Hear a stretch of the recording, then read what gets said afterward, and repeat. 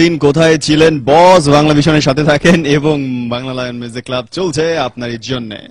অসাধারণ একটা গান এবং হারমোনাইজেশনটা অসাধারণ ছিল। মানে হাবিব ভাইকে মিস করার সুযোগটা একটু কম ছিল আর কি। আচ্ছা, মানে আমার ব্যক্তিগত একটা প্রশ্ন ন্যান্সির কাছে, আই উইশ এটার সদুত্তর পাবো। সেটা হচ্ছে শুধুমাত্র ক্যামেরার সামনে ন্যান্সি এত কম কথা কেন বলে? তার মানে কি আরলে অনেক বেশি বেশি কথা বলি?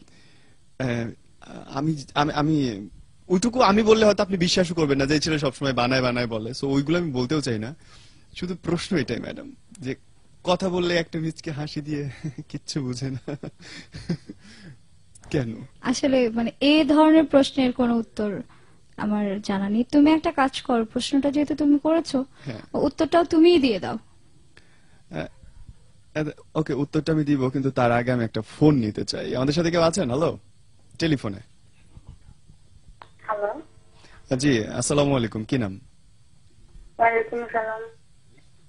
কেমন আছেন নীরব ভাইয়া? জি, নীরব ভাই ভালো আছে। আপনার নাম কি? আমার নাম। আচ্ছা, তুমি এমন কত মেয়ের জীবন নষ্ট করবো বলো তো? I am sorry. কুত্তার বাচ্চা ভালো হয়ে যায়। হ্যালো, বুঝে উঠলাম না কিছু, কি হইলো?